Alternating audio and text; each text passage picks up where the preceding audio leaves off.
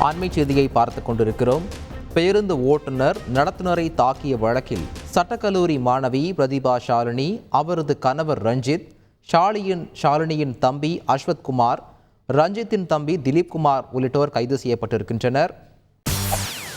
செய்திகளை உடனுக்குடன் தெரிந்து கொள்ள உடனே சப்ஸ்கிரைப் பண்ணுங்க.